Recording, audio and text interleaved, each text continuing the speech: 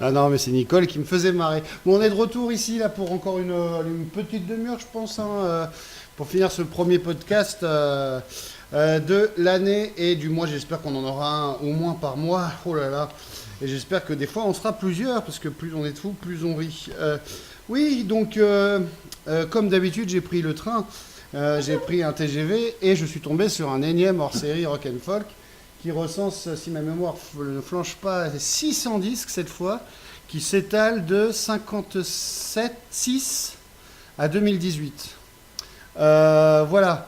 Je voulais un peu en parler avec vous et vous dire déjà deux, trois trucs qui me chagrinent. Alors, je suis hyper content de lire ça, d'acheter ça. J'adore que ça existe parce que ça me permet de réécouter des disques, d'en découvrir d'autres quand même à chaque fois, moi qui suis quand même limité aux outtakes d'Undercover. Bon, deux, trois trucs qui me posent un peu problème. Déjà, Il n'y a pas d'Undercover. non, oui, mais ça on y reviendra. Mais non, déjà des chroniques de gens morts. Alors moi j'ai toujours la naïveté de penser que toutes les chroniques sont fraîches, etc. Mais on retrouve des noms. Je pense que les chroniques de Manœuvre sont pas de première fraîcheur et devaient être les mêmes déjà dans le numéro paru il y a 2 ans. Il y en a un autre d'ailleurs qui est décédé dans les chroniqueurs qui chroniquent ça. Il y en a beaucoup d'autres. Beaucoup d'autres carrément. Oui, bah, c'était après. Et pourtant Edlin, lui, ne chronique pas. Voilà. Non, mais je crois qu'il n'aime pas les chroniques de disques, Ah, Patrick. mais il n'aime pas les disques de toute façon, Patrick. Non, je plaisante. Donc voilà, qu'est-ce que je voulais dire? Oui, alors déjà, dans les pionniers, je suis quand même au regret de dire que nous ne retrouvons pas certaines... je pense notamment à Etta James, qui est oublié. Son album At Least aurait au moins pu figurer dans la liste. Et un oubli majeur, alors bien sûr vous allez vous rendre compte au fur des podcasts que j'ai fait toujours des ponts sur les Rolling Stones parce que je ne m'intéresse qu'à ça, mais pourquoi ne pas mettre Let It Bleed? Alors est-ce que c'est une posture, est-ce que c'est un oubli? Parce que dans les deux cas c'est complètement à côté de la plaque. Let It Bleed pour moi reste mon album préféré des Stones, hormis ça c'est quand même un album où, je veux dire, il y a quasiment tout le répertoire qui joue encore sur scène. Je rappelle quand même qu'il y a Gimme Shelter, You Can't Always Get What You Want, Midnight Rambler. Voilà, juste pour citer celle-là. Et que du coup, à côté, il y en a quand même, il y a tous les autres, sauf Let It Bleed. Et que, ça c'est un avis, on aurait pu se dispenser d'Aftermath ou du premier. Ou alors rajouter Let It Bleed. Mais pourquoi ne pas avoir mis Let It Bleed? Benjamin, ça te choque pas plus que ça? Non. Non, oui, non, mais c'est... Non, ça te... Dis-moi. Non, de toute façon, c'est la blague de ces classements et de ces trucs-là, c'est qu'il y en a qui arrivent, il y en a qui sortent. De toute façon, tout le monde sait que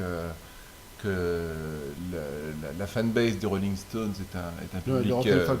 Non, je maintiens des Stones, pardon. la fanbase des Rolling Stones est un public captif et qu'a priori, de toute façon, les gens connaissent les Rolling Stones, etc.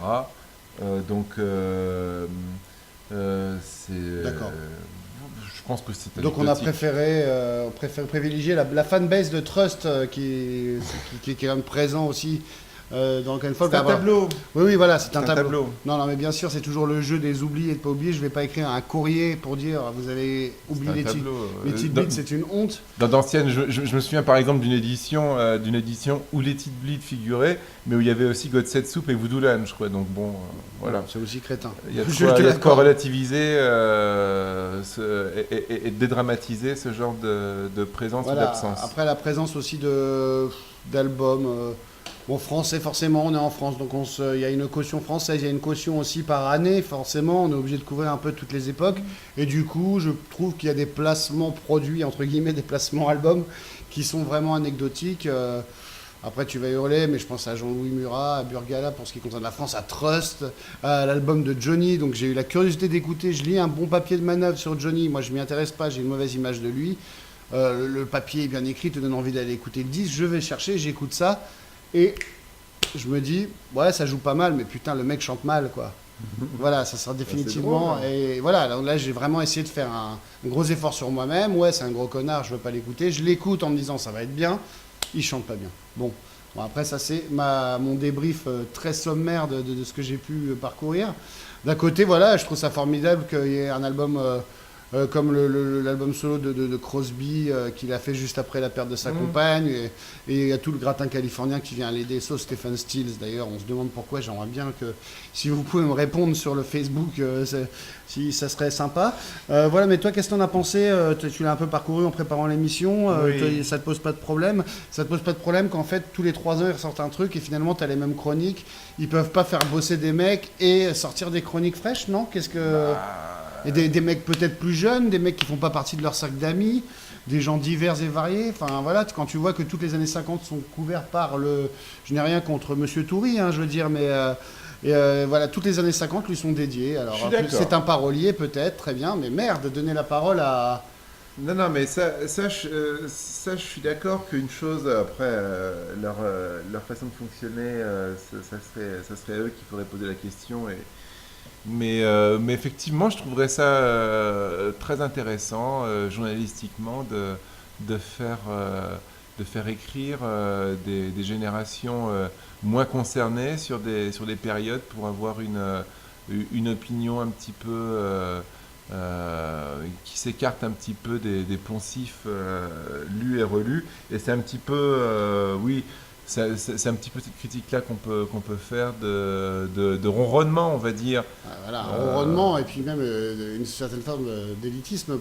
De foutre les Nashville Pussies et oublier Blunderbuss de Jack White. Alors oui, on a déjà mis Elephant, mais c'est pas une raison. Je veux dire, tu fais un classement de disques, si Bowie a fait 20 disques géniaux, voilà, Outside ne soit pas là, alors que c'est un disque fondateur d'une période où il y avait pas de choses comme ça, c'est pas normal. Alors tu vas me dire, quand je te l'ai dit hier, tu m'as dit oui, mais il était dans le numéro d'il y a 2 ans. Bon, en gros, on prend les 500 chroniques qui ont été faites depuis... Donc Outside n'était pas... Non, et ben voilà, donc... Il n'y était pas, voilà, mais bon... Voilà, donc on met The Next Day il y a 2 ans, parce que... Mais après, c'est un grand truc de l'écriture du journalisme rock. On considère toujours, au niveau des critiques rock, Outside est toujours considéré comme un disque où Bowie est suiveur de tout le mouvement Nine Inch Nails.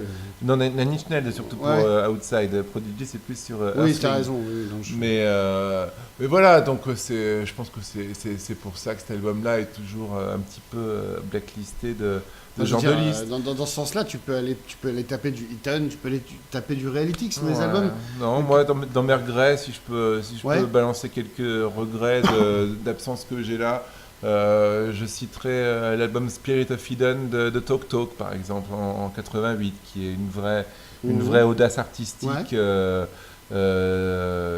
a complètement créé à nouveau une nouvelle façon de faire de la musique, ce qu'on a ensuite classé sous l'étiquette post-rock, venant d'un groupe qui avant était un groupe de synth-pop avec synthé et qui là fait de la musique hyper contemplative avec uniquement des instruments acoustiques. Voilà, ça c'est, il me semble, un oubli important, même si Color of Spring, l'album précédent, y est. Voilà, c'est partie de ces petits regrets-là, voilà. surtout sur des périodes où on a l'impression que la musique, il n'y avait pas de grosse innovation. Cet album-là est un gros marqueur, il me semble, qui manque. Il y en aurait sûrement d'autres, mais voilà, un des premiers réflexes, un des premiers regrets que j'ai, c'est de ne pas avoir un disque comme celui-là. Après, oui, bon, moi, après, je vais toujours tomber dans les vieilleries, mais je trouve que vraiment, on rend pas suffisamment hommage. D'ailleurs, je pense que dans un podcast suivant, on fera tout un petit dossier, un petit débat autour de Rod Stewart, qui, je crois, est représenté par Every Picture Tell a Story. Mais je veux dire, son premier album est un chef-d'œuvre, Smiler est un chef-d'œuvre. Je le dis, je fais une émission juste pour dire, écoutez, Smiler, c'est un album formidable. Les 4 premiers, il n'y en a pas assez dedans, il manque des Bowie. Voilà, après, sur tout ce qui concerne la période... il y a Arthur Day Kings. Pour la première fois qu'il y a la présence de Arthur Day Kings. Enfin, je veux dire, Arthur Day Kings, il devrait y être depuis 20 ans. Au moins... Ils ont mis Village Green aussi. Oui, mais Village Green y est depuis 20 ans. Tu peux mettre controversie. Je veux dire, moi, ça me fait pas peur quand tu as autant de 600... Bon, après, c'est clair que tu es obligé de placer un peu pour faire style. Tu es éclectique. T'as des albums qui... Voilà, l'exemple des Nashville Pussies, hier on s'est amusé avec Benjamin. D'ailleurs, ça sera une rubrique qu'on vous préparera, ça s'appellera Album Track. Et on prendra un titre d'un groupe que vous connaissez bien, mais vous ne connaissez pas forcément le titre. Ça sera une phase B, et on vous le décrira et puis on vous racontera des bêtises là-dessus. Donc voilà, il y a des choses quand même qui me paraissent anecdotiques, notamment dans les années 2000, quoi. Voilà. Mais après, c'est vrai que c'est une période que je connais moins, donc du coup, je découvre et j'écoute. Je fais bon, ouais, ok, d'accord. Alors peut-être que je suis pas un vieux con quand je dis que la période musicalement a changé et il y a moins de choses qui nous parviennent peut-être, ou peut-être que c'est moi qui cherche le moins. Rock et folk aussi, hein. Il suffit, voilà. il suffit de voir que les années, certaines années... 2017-2018, il y a 2 disques. Voilà, c'est ça, c'est ce que j'avais envie de dire. Ça, ouais, c'est les dernières années, il y a que et pourquoi les mecs n'ont pas poussé jusqu'à justement mettre le Arctic Monkeys, qui est quand même marquant et qui est un album phare de ce début, de ces 9 premiers mois. Et en Dylan, il n'y a pas énormément de choses non plus, il me semble. C'est intéressant, j'ai pas fait il y a tous les premiers. Il y a Way 61, Free Willing, Blonde on Blonde.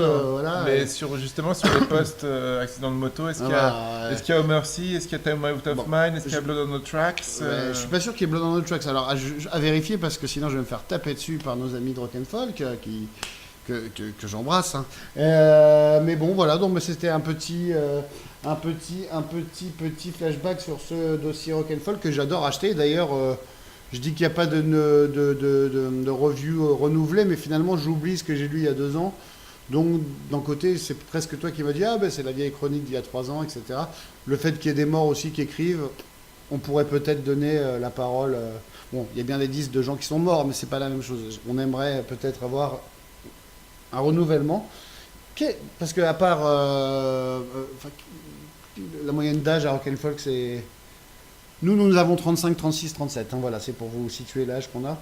Je pense que c'est plus... ça penche plus vers les 45, la moyenne d'âge, je pense. Donc tu penses que dans 10 ans, on sera apte à occuper une place plus importante dans le monde de la musique quand tous ces vieux chiens seront morts. Bon, non, je plaisante. J'avais quelques infos à vous donner, peut-être un album track, je sais pas, tu as une idée? Là tout de suite comme ça, là en direct mais je pense qu'on va laisser notre partenaire Spotify se charger de faire le tirage au sort.